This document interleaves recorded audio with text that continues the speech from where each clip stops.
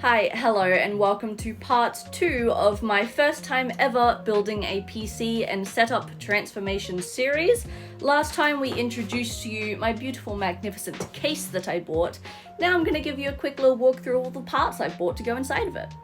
Starting with the brains and the brawn that fought for most of my $3,000 budget is the CPU and the GPU. The CPU I ended up going with, I am going to AMD for the first time after only using Intel for my whole life. We went with the AMD Ryzen 9, I believe this is the 7900. Not the X version, not the 3D version, just the standard.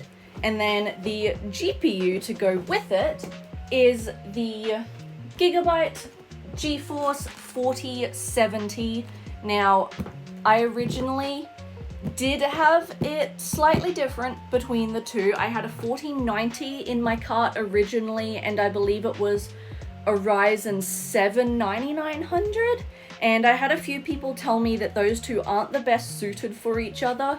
So I ended up shuffling my budget around a little bit. I got a better CPU and then dropped down a model in the GPU, which honestly, I don't think is really going to affect anything at all. And I think that these two are a pretty good pairing now that we've got that worked out. This was definitely like a third of the budget. This guy was almost $1,000, but that's fine. We don't talk about it.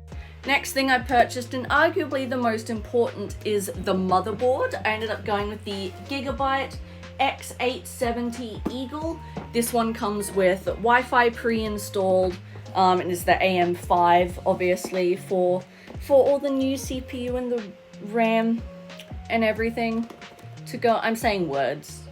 This guy, I think, looks pretty cool. We also picked this one because I've just heard really good things about these ones in particular, but also it, for what suited my budget, had the most like USB ports and stuff. And I have a lot of peripherals, being that I stream and stuff, so lots of USB ports are important to me. Next is the power supply, which is also pretty important because, again, there's a lot of things plugged into this guy. Ended up going with the MSI Mag 8750 GL PCIe 5. It's 750 watts. You take those letters with what you will. I don't need them. Again, this is my first time ever building a PC, ever really having anything to do with PC parts, so I don't know what a lot of these words and letters mean, but I'm learning.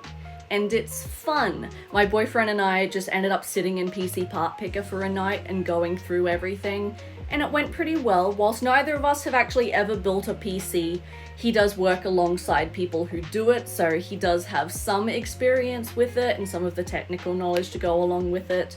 So that's how we got here. Next is the cooler. I did end up going with Corsair for a lot of my stuff, because RGBs are fun, but also I know Corsair is a very reliable brand. So I got the Nautilus 360. This is the 3-fan setup, which was a little bit more expensive, obviously, than the 2-fan setup, but I think that it is going to be worth it. I also bought 3 extra fans to go along with it. I don't actually know if I'm going to end up using all 3 of these. I might only end up using 2, but always good to have more than you need than to not have enough, right? Also, to match along with that, we have the Corsair Vengeance DDR5 RAM. This is 2 sticks for 32 gigabytes, which is definitely going to be a jump from my 16 gigabytes. And lastly, we have storage. We are going with 3 terabytes total.